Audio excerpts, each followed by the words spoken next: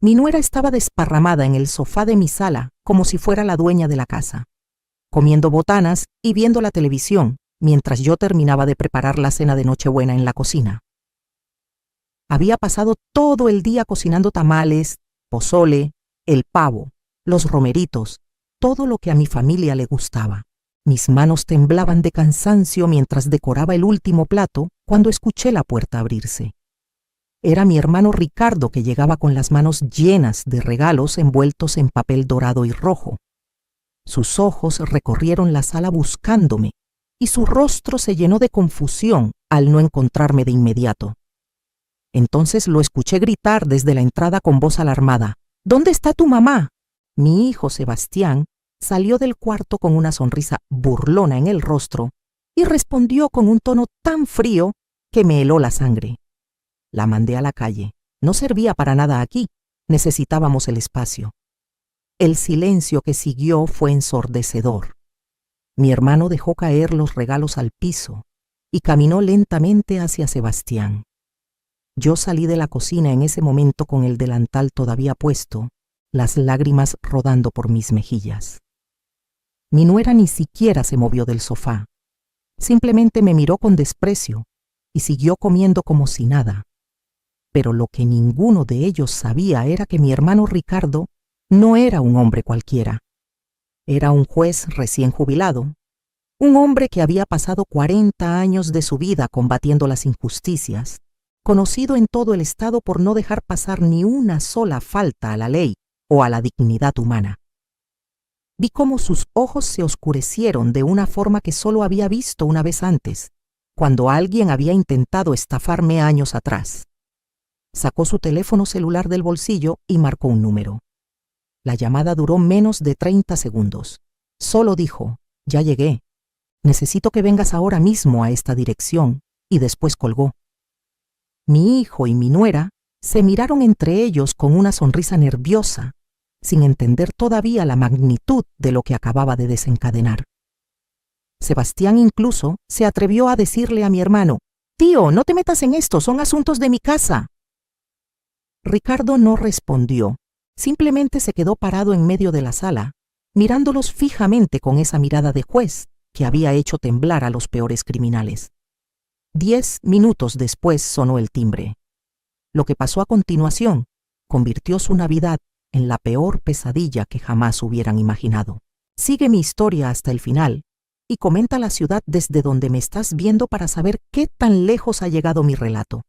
Mi nombre es Mercedes del Carmen Ruiz y tengo 68 años.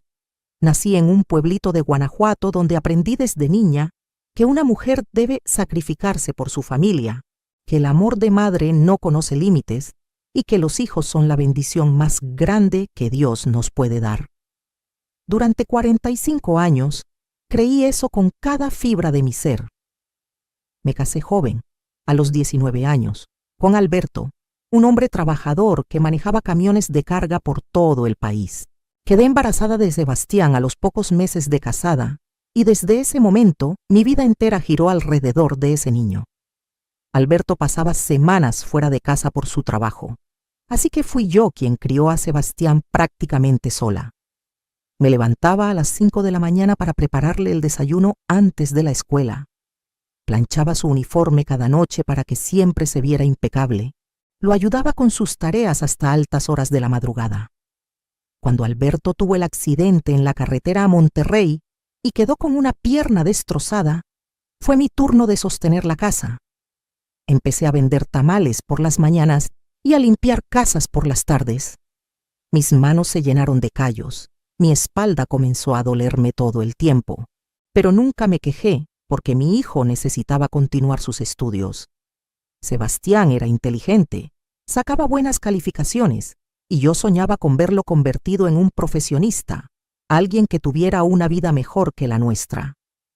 Vendí las pocas joyas que tenía, incluido el anillo de bodas de mi abuela, que era lo único de valor que me quedaba, para pagar su universidad. Trabajé doble turno durante 6 años para que no le faltara nada, para que tuviera sus libros, su computadora, su ropa, su celular. Alberto me decía que lo estaba malcriando, que el muchacho debería trabajar y estudiar como hacen la mayoría, Pero yo no quería que sufriera, no quería que conociera las dificultades que yo había conocido. Quería darle todo lo que yo nunca tuve.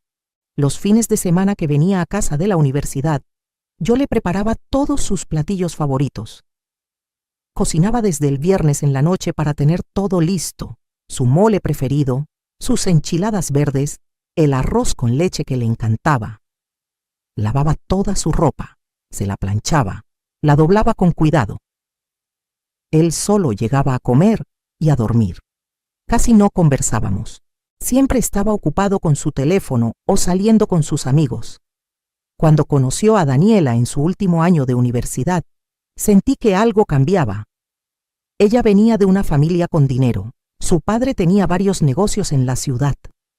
La primera vez que vino a casa, vi cómo miraba nuestra humilde sala con desprecio, cómo arrugaba la nariz cuando le ofrecí café en nuestras tazas despostilladas. Pero Sebastián parecía fascinado con ella, así que yo callé mis preocupaciones. Alberto falleció de un infarto 2 meses antes de que Sebastián se graduara. Mi hijo apenas vino al funeral. Se quedó solo un día y regresó a la ciudad porque tenía exámenes finales. Recuerdo que lloré sola junto al ataúd de mi esposo esa noche, preguntándome si tanto sacrificio había valido la pena. Después de graduarse, Sebastián consiguió un buen trabajo en una empresa y se casó con Daniela. Yo vendí la casita del pueblo donde había vivido toda mi vida y me mudé a la ciudad para estar cerca de ellos. Con ese dinero ayudé a Sebastián a dar el enganche de su departamento. Les compré los muebles de la sala, el refrigerador, la estufa, todo lo que necesitaban para empezar. Me quedé viviendo en un cuartito que renté cerca de su casa, un lugar pequeño y húmedo, pero me decía a mí misma que no importaba porque estaría cerca de mi hijo. Al principio Sebastián todavía me visitaba de vez en cuando, me hablaba por teléfono, venía a comer los domingos, pero conforme pasaron los meses, las visitas se hicieron más esporádicas. Daniela siempre tenía una excusa. Estaban ocupados, tenían compromisos, ella no se sentía bien. Yo entendía, pensaba que así era la vida de las parejas jóvenes modernas. Hace un año, cuando cumplí 67, mi hermano Ricardo me visitó en mi cuartito. Se quedó parado en la puerta mirando las paredes con humedad, la cama individual pegada contra la ventana, la cocineta eléctrica de 2 hornillas, que era todo lo que tenía para cocinar. Me preguntó por qué vivía así cuando le había dado tanto dinero a Sebastián. Le dije que mi hijo necesitaba ese dinero más que yo, que estaba construyendo su futuro. Ricardo negó con la cabeza y me dijo: Mercedes, ese muchacho te está usando y esa mujer que tiene es una víbora. Le pedí que no hablara así de mi familia. 3 meses después me enfermé de los bronquios, una infección terrible que me tuvo en cama durante 2 semanas. Le marqué a Sebastián, pero nunca contestó mis llamadas. Le mandé mensajes de texto diciéndole que me sentía muy mal, que necesitaba que me llevara al doctor. Respondió 3 días después diciendo que había estado muy ocupado en el trabajo. Fue mi vecina, doña Lupita, una señora mayor que apenas podía caminar por su artritis, quien me llevó a la clínica del Seguro Social. Cuando finalmente Sebastián vino a verme una semana después, solo fue para pedirme dinero prestado. Dijo que Daniela quería remodelar la cocina del departamento y que necesitaban 50,000 pesos. Le dije que ya no tenía ahorros, que había gastado todo en sus estudios y en ayudarlos con el departamento. Se enojó tanto que azotó la puerta al salirse. Pasaron 4 meses sin que supiera nada de él. En mayo Daniela quedó embarazada y Sebastián me habló para darme la noticia. Sentí que mi corazón se llenaba de alegría. Pensé que un bebé los acercaría nuevamente a mí, que volvería a ser parte de su vida. Me ofrecía ayudarlos con todo lo que necesitaran. Durante los meses del embarazo, trabajé haciendo costuras para otras personas, vendiendo gelatinas y postres para juntar dinero. Quería comprarle cosas bonitas a mi futuro nieto. Conseguí hacer 12,000 pesos y con eso les compré la carriola que Daniela había visto en una tienda departamental. Pañales, ropa, biberones, todo lo que una abuela amorosa quiere darle a su nieto. Cuando llevé las cosas al departamento, Daniela apenas me dio las gracias. Las dejó tiradas en un rincón y siguió viendo su teléfono. Sebastián ni siquiera salió de su cuarto a saludarme. Después del nacimiento del bebé pensé que me llamarían para conocer a mi nieto, pero pasaron 2 semanas y nada. Tuve que ir yo al departamento sin avisar. Toqué el timbre varias veces hasta que Daniela abrió la puerta con cara de fastidio. El bebé estaba llorando en la habitación.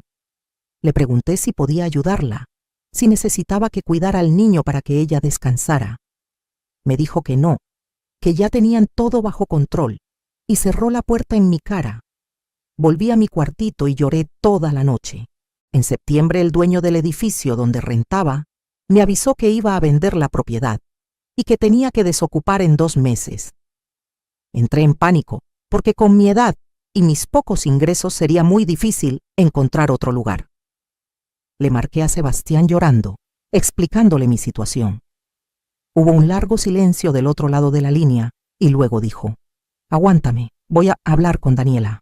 Me llamó 2 días después y me dijo que podía irme a vivir con ellos temporalmente mientras encontraba algo. Sentí un alivio tan grande que no presté atención a la frialdad en su voz. Empaqué mis pocas pertenencias en 3 cajas de cartón y me mudé a su departamento en noviembre. Desde el primer día, Daniela dejó muy claro que mi presencia no era bienvenida. Me asignaron un pequeño cuarto de servicio junto a la cocina, un espacio sin ventanas que antes usaban como bodega. Había cajas apiladas hasta el techo y apenas cabía el colchón inflable que Sebastián puso en el piso para mí. No me quejé. Agradecí tener un techo. Les dije que para ganarme mi lugar yo haría todos los quehaceres de la casa. Cocinaría, limpiaría, cuidaría al bebé, lo que necesitaran. Daniela sonrió por primera vez y dijo: «Perfecto, porque justo estaba pensando en contratar a alguien para que haga todo eso». Así comenzó mi pesadilla. Me levantaba a las 6 de la mañana para preparar el desayuno de Sebastián antes de que se fuera al trabajo. Luego limpiaba toda la casa, lavaba la ropa, planchaba, hacía las compras. Daniela se quedaba en cama hasta las 11 o 12 del día, viendo series en su tablet mientras yo cuidaba al bebé.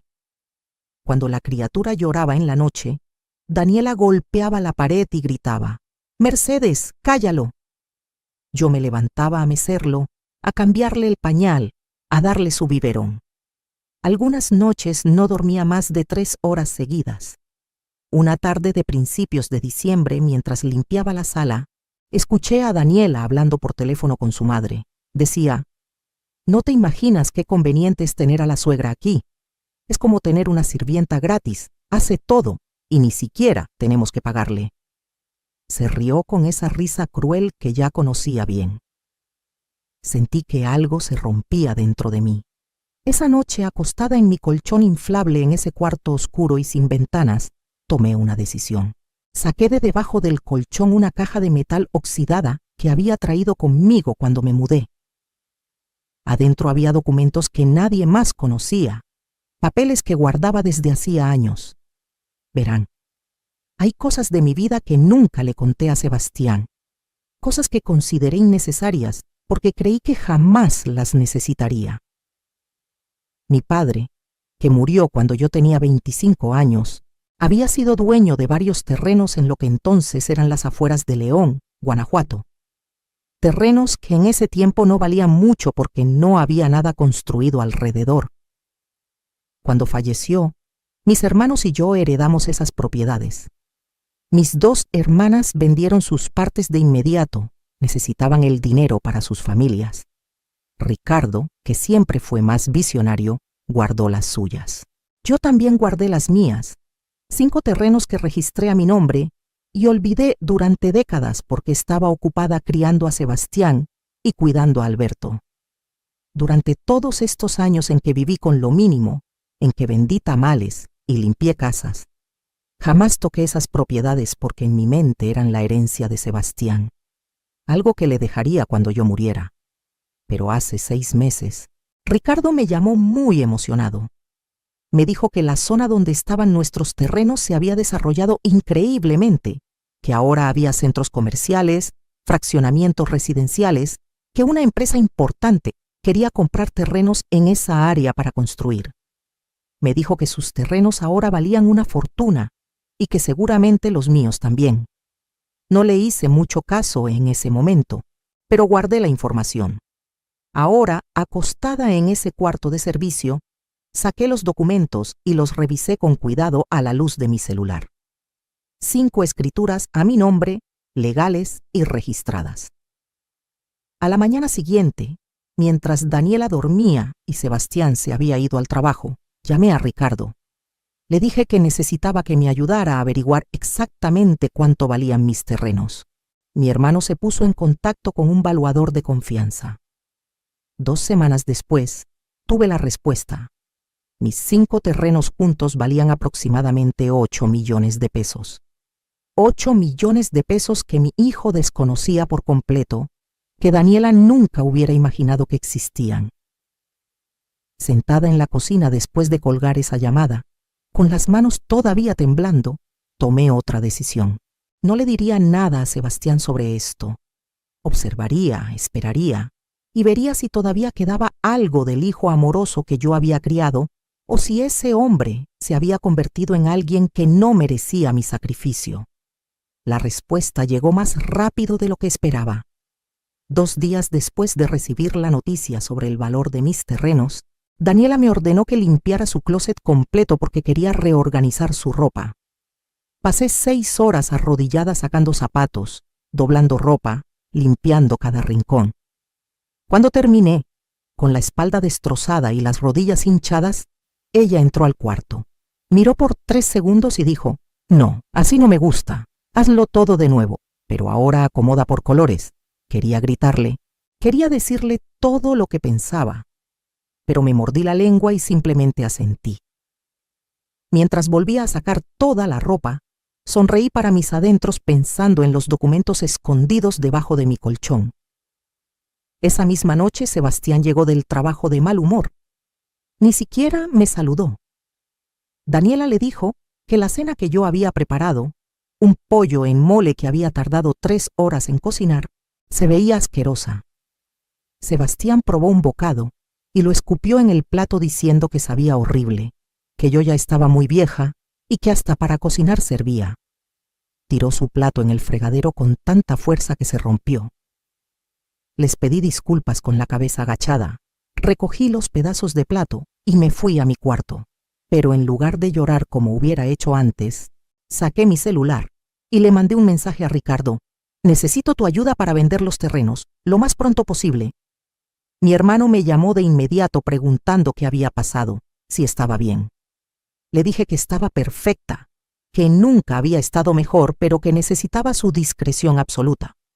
Ricardo entendió sin que le explicara más. Al día siguiente, mientras Sebastián trabajaba y Daniela se fue al salón de belleza, dejándome cuidando al bebé, Ricardo vino al departamento. Trajo consigo a un notario de confianza y a un comprador interesado en mis terrenos. Firmamos todos los papeles preliminares en la mesa del comedor, la misma mesa donde cada noche me hacían sentir que no valía nada. El comprador, un empresario serio de unos 50 años, me explicó que podía pagarme la mitad del dinero de inmediato y la otra mitad en 30 días, una vez que se completaran todos los trámites legales. Acepté. 3 días después, tenía depositados en mi cuenta bancaria 4 millones de pesos. 4 millones de pesos que me convertían en una mujer con más dinero del que Sebastián ganaría en toda su vida trabajando. Pero no dije nada. No cambió mi comportamiento. Seguí levantándome temprano, cocinando, limpiando, aguantando sus desprecios. Solo que ahora cada insulto me resbalaba, cada orden me daba risa por dentro.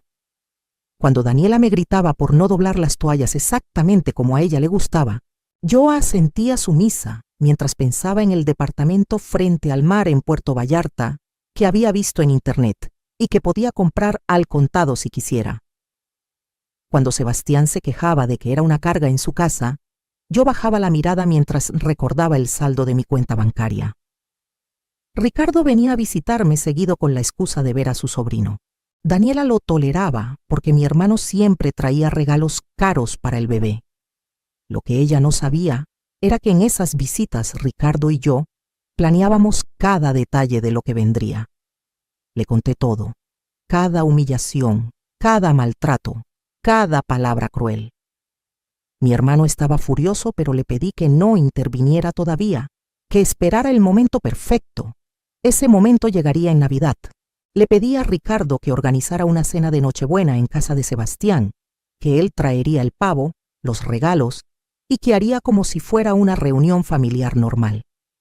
Sebastián aceptó encantado porque mi hermano, siendo un juez jubilado respetado, le daba cierto estatus tenerlo de visita.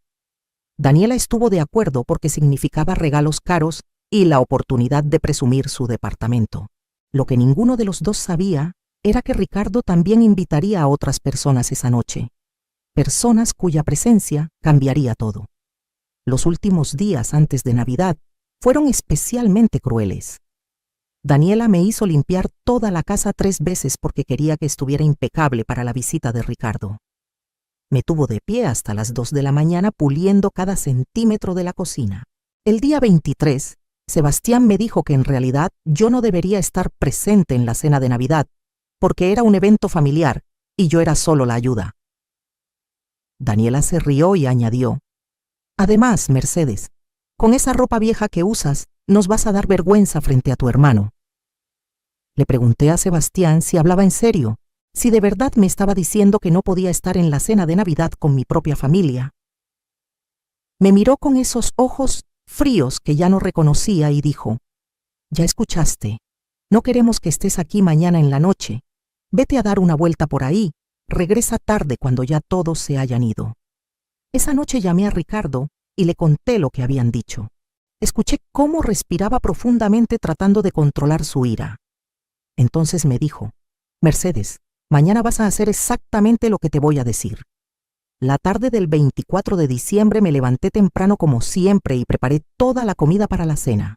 Tamales de pollo y de puerco, pozole rojo, pavo relleno, romeritos, ensalada de manzana, ponche de frutas, todo desde cero. Daniela bajó a la cocina al mediodía, probó el pozole y dijo que le faltaba sal, que todo lo hacía mal. Yo sonreí y le agregué más sal.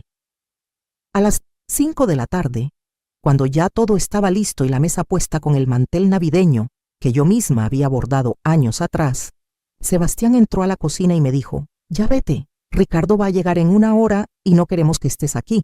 Me quité el delantal lentamente, me lavé las manos y caminé hacia mi cuarto. Daniela ya estaba desparramada en el sofá de la sala, con unos pants deportivos carísimos y comiendo botanas directamente de la bolsa, dejando migas por todos lados. Había pasado todo el día en el salón haciéndose las uñas y el cabello mientras yo cocinaba. Tomé mi bolsa, mi suéter y salí del departamento sin decir palabra. Pero no me fui lejos.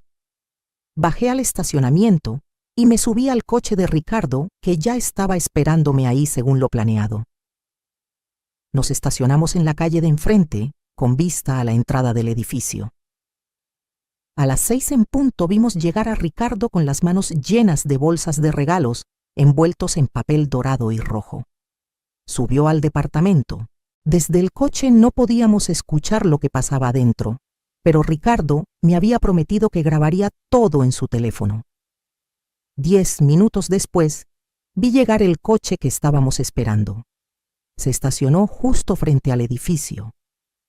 De él bajaron 2 mujeres que reconocí inmediatamente: la licenciada Miriam Torres, abogada especialista en derecho familiar que Ricardo me había presentado la semana anterior, y la trabajadora social del DIF, que había aceptado venir como testigo de la situación. Subieron juntas al departamento. Mi teléfono vibró con un mensaje de Ricardo: ya están aquí, subí tú también. Con las piernas temblando pero el corazón firme, bajé del coche y entré al edificio. Subí en el elevador respirando profundo. Cuando llegué al piso, la puerta del departamento estaba abierta. Entré y la escena que vi me habría parecido cómica si no fuera tan triste. Sebastián estaba pálido como un fantasma. Daniela se había levantado del sofá y miraba a las dos mujeres desconocidas con confusión y miedo. Ricardo estaba parado en medio de la sala con su teléfono en la mano, todavía grabando. Cuando me vio entrar, dijo en voz alta: «Aquí está ella, aquí está mi hermana a la que ustedes corrieron de su propia cena de Navidad». La trabajadora social me miró con compasión. La licenciada Miriam sacó una grabadora de su bolsa y la puso sobre la mesa. Sebastián tartamudeó: «¿Qué está pasando aquí? ¿Quiénes son estas personas?». Ricardo se acercó a él lentamente y dijo: «Te voy a decir exactamente qué está pasando. Estas personas son testigos de cómo has tratado a tu madre durante meses. Esta señora es trabajadora social y está aquí porque vamos a presentar una denuncia formal por abuso y maltrato hacia un adulto mayor. Y esta es la licenciada Torres, la abogada de tu madre». Daniela soltó una risa nerviosa. «Abogada, por favor. Si Mercedes no tiene ni para pagar la renta». Esa fue mi oportunidad. Di un paso al frente y hablé por primera vez en meses con voz firme y clara. «Tienes razón, Daniela. No tengo para pagar renta, pero lo que sí tengo es esto». Saqué de mi bolsa los documentos que había traído conmigo y los puse sobre la mesa. Saqué también mi teléfono y abrí la aplicación del banco. Puse la pantalla frente a los ojos de Sebastián, mostrándole el saldo de mi cuenta. 4.200.000 pesos. Vi cómo sus ojos se abrían con incredulidad. Daniela se acercó y miró la pantalla. Luego me miró a mí como si me viera por primera vez. Expliqué con calma: «Hace 2 semanas vendí la mitad de unos terrenos que heredé de mi padre hace décadas. Terrenos cuya existencia nunca mencioné porque pensé que serían tu herencia, Sebastián. Pero una madre que es corrida de la cena de Navidad, que es tratada como sirvienta en la casa que ella ayudó a pagar, esa madre recapacita sobre a quién dejarle su patrimonio». Ricardo continuó: «Y eso no es todo, no es. Todavía le faltan otros 4 millones de pesos por cobrar cuando se complete la venta el mes que viene. Además de 3 terrenos más que todavía no vende y que valen fácilmente otros 6 millones. Tu madre, a la que llamaste inútil, a la que corriste como si fuera basura, tiene más dinero del que tú verás en toda tu vida». El silencio que siguió fue absoluto. Vi cómo Sebastián hacía cuentas mentalmente, cómo su cara pasaba de la incredulidad a la comprensión y luego al pánico absoluto. Daniela también estaba haciendo cuentas, y en sus ojos vi algo que nunca había visto antes: miedo. La licenciada Miriam tomó la palabra. «Señora Mercedes ha documentado cada maltrato, cada humillación, cada abuso verbal. Su hermano, el juez Cortés, me ha mostrado videos y grabaciones. Tenemos testimonios de vecinos. Esto es suficiente para proceder legalmente». Sebastián trató de acercarse a mí. «Mamá, yo no. Nosotros no sabíamos. Si hubiéramos sabido». Lo interrumpí. «Si hubieran sabido qué, hijo. Si hubieran sabido que tengo dinero, me habrían tratado diferente. El respeto y el amor se compran con dinero. ¿Soy tu madre solo cuando te sirvo para algo?». Las lágrimas corrían por mi cara, pero esta vez no eran lágrimas de tristeza, sino de liberación. Ricardo puso su mano en mi hombro. «Mercedes ya no vive más aquí. Se viene conmigo esta noche. Y antes de que salga, quiero que sepas, Sebastián, que tu madre gastó hasta el último centavo que tenía en darte una educación, vendió las joyas de su abuela, trabajó hasta destruirse la salud. ¿Y así le pagas?». La trabajadora social añadió: «Voy a incluir en mi reporte que también hay un menor de edad en este hogar y que me preocupa el ambiente en el que está creciendo». Daniela palideció al escuchar esto. «No, no pueden quitarme a mi hijo. Nadie va a quitarte nada», dijo la licenciada Miriam, «siempre y cuando demuestren que pueden ser mejores personas y mejores padres. Esta es su advertencia». Esa noche me fui del departamento de Sebastián con las pocas pertenencias que tenía, con mi dignidad restaurada y con mi hermano sosteniéndome del brazo. No miré atrás. Me quedé en casa de Ricardo las primeras semanas mientras decidía qué hacer con mi vida y mi futuro. Sebastián me llamó todos los días durante el primer mes. Al principio eran llamadas llenas de excusas y justificaciones. Después se volvieron súplicas llorosas pidiéndome perdón. Luego intentó la manipulación emocional, que su hijo me necesitaba, que él me necesitaba, que Daniela estaba arrepentida. Contesté algunas llamadas, escuché lo que tenía que decir, pero no regresé. En enero, cuando recibí los otros 4 millones de pesos de la venta completa de los terrenos, tomé decisiones importantes sobre mi futuro. Primero compré un departamento precioso de 2 habitaciones en una zona tranquila de Querétaro, cerca de Ricardo, pero con mi propia independencia. Tiene una terraza con vista a las montañas donde puse plantas y donde tomo mi café cada mañana viendo el amanecer. Por primera vez en mi vida, tengo un espacio que es completamente mío, decorado a mi gusto, lleno de luz y paz. Contraté a la licenciada Miriam para que manejara todos mis asuntos legales. Hicimos un testamento muy claro donde especifiqué exactamente a dónde iría mi dinero cuando yo falleciera. La mayor parte será para organizaciones que ayudan a mujeres mayores en situación de abuso y vulnerabilidad. Una parte menor quedará en un fideicomiso para mi nieto, pero Sebastián no podrá tocarlo hasta que el niño cumpla 25 años. Para Sebastián directamente, dejé exactamente la misma cantidad que yo tenía cuando él me corrió de su casa. Nada.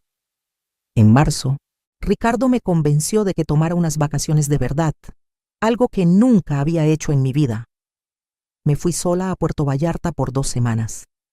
Caminé por la playa al amanecer, leí libros en una hamaca, comí en restaurantes bonitos, tomé clases de pintura.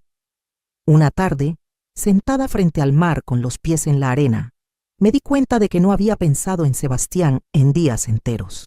Me di cuenta de que era feliz, genuinamente feliz, por primera vez en décadas. Conocí a un grupo de mujeres de mi edad que también viajaban solas y nos hicimos amigas. Ellas también tenían historias de hijos ingratos, de sacrificios no valorados, de años perdidos viviendo para otros. Juntas hicimos un pacto: vivir el resto de nuestras vidas para nosotras mismas. En mayo, Sebastián apareció en la puerta de mi nuevo departamento. Se veía demacrado, más delgado, con ojeras profundas. Me dijo que Daniela lo había dejado, que se había ido con el bebé a casa de sus padres, que él estaba solo y que finalmente entendía todo lo que yo había hecho por él. Lloró en mi sala pidiéndome perdón, pidiéndome que lo ayudara una vez más. Lo escuché en silencio. Cuando terminó de hablar, le serví un vaso de agua y le dije: Sebastián, te voy a decir algo que necesitas escuchar. Te di todo lo que tenía, no solo dinero, sino mi tiempo, mi salud, mi vida entera. Lo hice por amor, pero también lo hice mal, porque te enseñé que podías tomar sin dar nada a cambio, que mi valor como persona dependía de lo que pudiera hacer por ti. Eso fue mi error como madre. Pero tus acciones como adulto, la forma en que me trataste, eso fue tu decisión. No puedo salvarte de las consecuencias de tus propias decisiones. No esta vez. Le dije que podíamos reconstruir una relación eventualmente, pero que sería diferente, con límites claros y respeto mutuo. Que yo ya no era la mujer que se dejaba pisotear, que había descubierto mi propio valor y que nunca más lo olvidaría. Que si quería ser parte de mi vida, tendría que ganárselo con acciones, no con palabras. Se fue ese día sin promesas de mi parte, sin dinero, sin el rescate que esperaba. Supe después por Ricardo que consiguió un segundo trabajo para poder pagar solo el departamento, que está yendo a terapia, que está intentando recuperar a su familia. No sé si lo logrará, pero esa ya no es mi responsabilidad. Hoy, mientras escribo esto sentada en mi terraza en una mañana fresca de octubre, con mi café humeante y mis plantas floreciendo alrededor, puedo decir que estoy en paz. Tengo 68 años y finalmente aprendí que amarme a mí misma no es egoísmo, es supervivencia. Que poner límites no es crueldad, es respeto propio. Que los hijos no son proyectos en los que invertir toda tu identidad. Son personas separadas que tomarán sus propias decisiones y vivirán sus propias consecuencias. Sebastián y yo hablamos una vez al mes ahora. Las conversaciones son cordiales pero distantes. Me cuenta de su vida, yo le cuento de la mía. Todavía no he conocido en persona a mi nieto desde que me fui, y eso duele, pero entiendo que es parte del proceso. Daniela no me ha dirigido la palabra desde aquella Navidad, y no espero que lo haga. He invertido parte de mi dinero en un pequeño negocio de repostería con 2 de las amigas que conocí en Puerto Vallarta. Hacemos pasteles y postres gourmet que vendemos a cafeterías y restaurantes. No lo hago por necesidad, sino por placer, porque descubrí que me encanta crear cosas bellas con mis manos cuando no estoy agotada y resentida. El resto de mi tiempo lo paso viajando, leyendo, tomando clases de cosas que siempre quise aprender. Inglés, computación, historia del arte. Salgo a caminar cada tarde con un grupo de adultos mayores del vecindario. Voy al cine sola los martes porque hay descuento.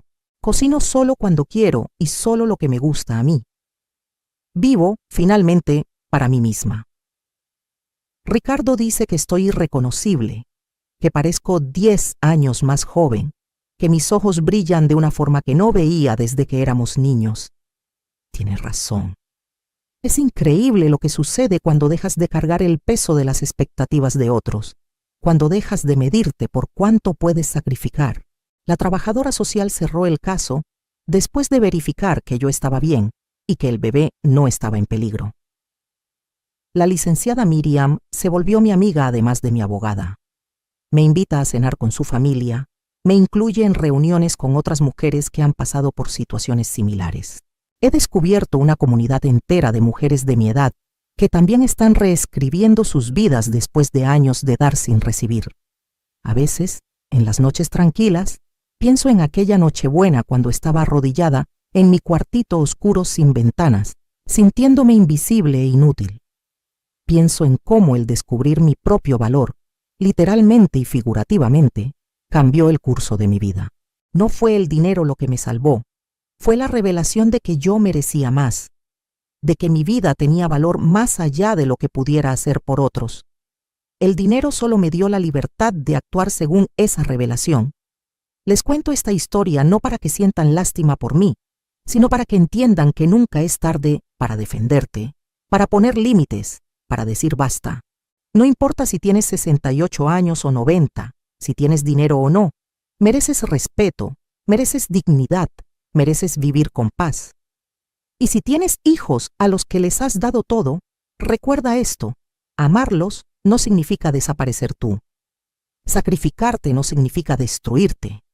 Darles oportunidades no significa permitir que te maltraten. El verdadero amor, el amor sano, incluye respeto mutuo y límites claros. Si yo pudiera hablar con la Mercedes de hace un año, esa mujer rota que dormía en un colchón inflable en un cuarto de servicio, le diría: resiste, porque viene algo mejor. Le diría que su valor no depende de cuánto aguante, sino de cuánto se valore a sí misma. Le diría que decir no es una oración completa. Le diría que está bien ser egoísta a veces, especialmente después de toda una vida de ser desinteresada. Y tú, que estás leyendo o escuchando esto, ¿qué harías en mi lugar? ¿Has permitido que alguien te trate como yo permití que me trataran? ¿Has descubierto tu propio valor? ¿O todavía lo mides por lo que haces por otros? Comenta abajo, cuéntame tu historia, dime desde qué ciudad me lees, porque todas estas historias, todas estas experiencias, nos conectan y nos recuerdan que no estamos solas. Hoy desperté en mi cama cómoda, en mi departamento lleno de luz, sin tener que cocinar para nadie más que para mí misma. Voy a pasar el día como yo quiera, rodeada de personas que me valoran, haciendo cosas que me dan alegría. Y cuando llegue la próxima Navidad, la pasaré con Ricardo y con las amistades que he cultivado, con personas que me aman no por lo que puedo darles, sino por quien soy. Esa Nochebuena del año pasado fue la peor noche de mi vida, pero también fue el principio de mi liberación. A veces necesitamos tocar fondo para encontrar la fuerza de levantarnos. A veces necesitamos perderlo todo para descubrir lo que realmente importa. Y a veces necesitamos que nos rompan el corazón para finalmente aprender a valorarnos. Valió la pena cada lágrima, cada humillación, cada momento de dolor porque me trajeron hasta aquí, hasta esta vida que finalmente es mía. Y si estás pasando por algo similar, quiero que sepas que tú también puedes llegar aquí. Tú también mereces tu propia terraza con vista a las montañas, literal o metafóricamente. Tú también mereces paz. Nunca es tarde para comenzar de nuevo. Nunca es tarde para elegirte a ti misma. Nunca es tarde para decir basta y construir la vida que mereces. Yo lo hice a los 68 años y ha sido la mejor decisión de mi vida.